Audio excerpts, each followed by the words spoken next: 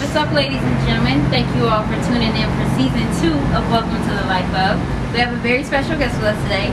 He's worked with artists such as John Legend, Chrisette Michelle, Wale, and the list goes on. Ladies and gentlemen, we have with us Kenton Dunson.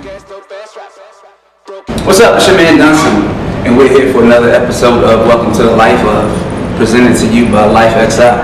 Let's go.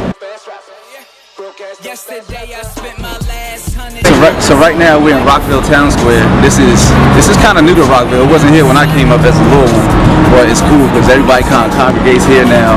You got your bars where I go get my bourbon, all that type of good stuff. But this is the Rockville Town Square, and it's cool because you kind of see the progression of Rockville, what it was and what it is now. Not that it was grimy, but it was just kind of like one of the blue collar towns. And now you got this. How long have you actually been out here? I've been staying here ever since I came back from like New York. I was staying up in New York, but I've been here for about a year now.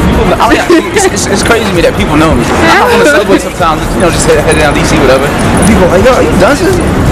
Yeah, you don't know me? Yeah, I know that's a good feeling though. You've been in the game for a while. Yeah, I've been at it. I mean, I'm just fortunate that, you know what I'm saying, the internet helped me out, but then doing local shows like next. I you open for artists such as like John Legend, correct? John Legend, Louis Fiasco.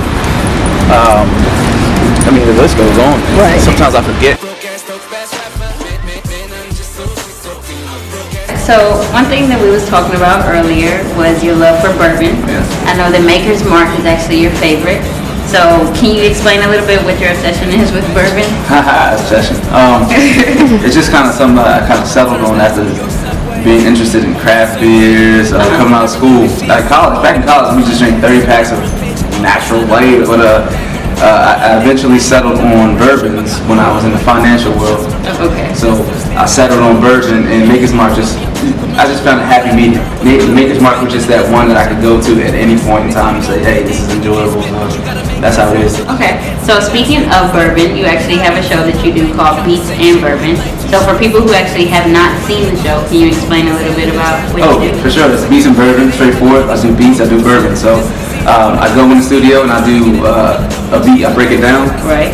And I might flow over it or what have you, make things trash, and then I'll have a bourbon that inspired me during that session that I review throughout that period. So in each segment you'll see a different bourbon, a different beat, a different freestyle maybe.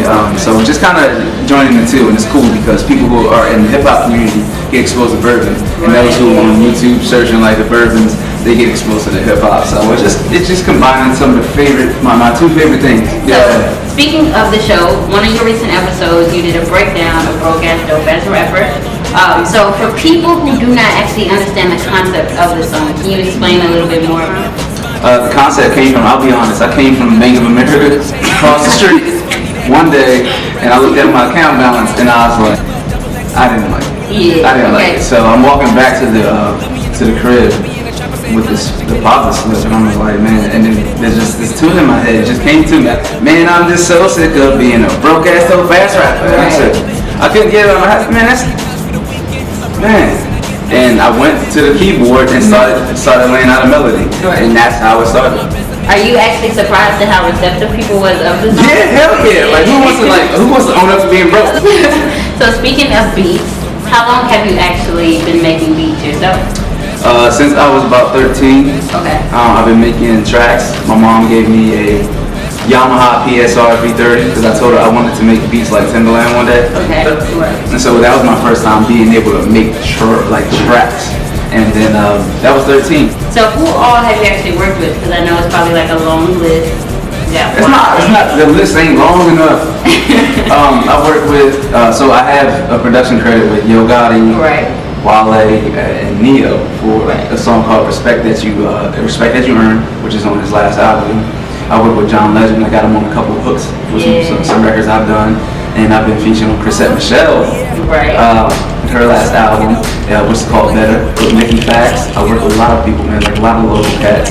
Shout out to everybody doing it, but I'm really trying to make that list like media worthy, you know? Okay, so if you had to name a couple of people who you actually want to get on this Wikipedia worthy list, who are some of the people that you would actually name? Kanye West, me college dropout.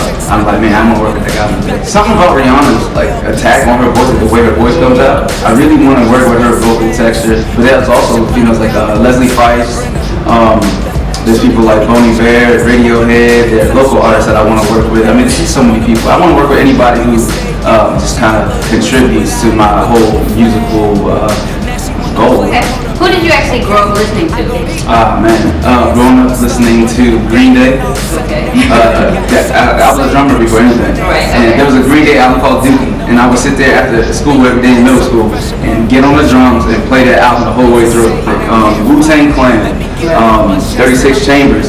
But it was just like those people who were game changers, like Kanye, like Common to me. Even back in the day, like Hendrix and people like that. Like those are the big influences because those are the people that made you say, "Hey, I wish I was doing that." Okay, so interviewing Kenton Dunson, we cannot forget to mention your sister. Can you actually explain like the significance, besides the family aspect, of like what your sister actually has done for you? Man, my sister gave me her drums. My mom's husband at the time worked on trash trucks, and there was a drum kit on the side of the road, and the guy was selling for like $100. So he got a drum kit off the trash route, gave it to my sister, and she messed with it for a little bit. She's from DMV, so she like played go-go. Okay. She played like 2 beats, and she was like, "Hey, Ken, you can have these." And she went and messed with boys. And I started rocking on a drum kit, so she's the reason why all this is happening. At 8 years old, I started playing drums, and that was the start of it. And she supported me through every step of music. Like she introduced me to Erykah Badu, which is huge to me. And I even made a song called 4-Leaf Clover that's dedicated to my sister. You did that at a recent performance, right? I did it at the Fillmore in Silver Spring. Right. Yeah, she's been a huge influence, and she's still trying to jump on stage and play background percussion on my shows and all that stuff. But shout out to my sister Keisha. I love it. Feeling the vibe. This a feeling I couldn't describe. Look, I'm off the top with it pop with the microphone check.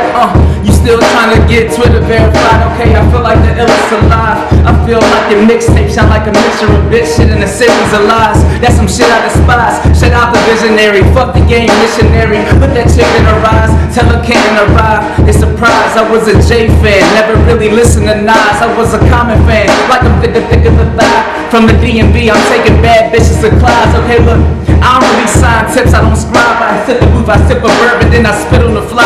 Give a John a burn rubbers like the Michelin guy. Don't get a rise out of rappers unless it's Nicki Minaj. Okay, like, we can do this shit, I promise we can do this shit. The rap game from finance. This shit is ludicrous when he had his cornrows. I was born bold, you rappers is my stepsons. Little nigga, keep the door closed. But guess what? Hip hop is fucked up because you hear the shit on the radio, they keep doing the same fucking shit. And hip hop, the shit is great because what hip hop is a system for being progressive. But what we have to do as hip hop artists is make sure that we're being ourselves and not being anyone else, because you gotta tell the youth that's coming up behind us who the fuck we are, what we learn from. You can't erase history because as a hip hop culture, we've grown up. We got bachelor degrees, so I am representing that. We are more refined hip hop.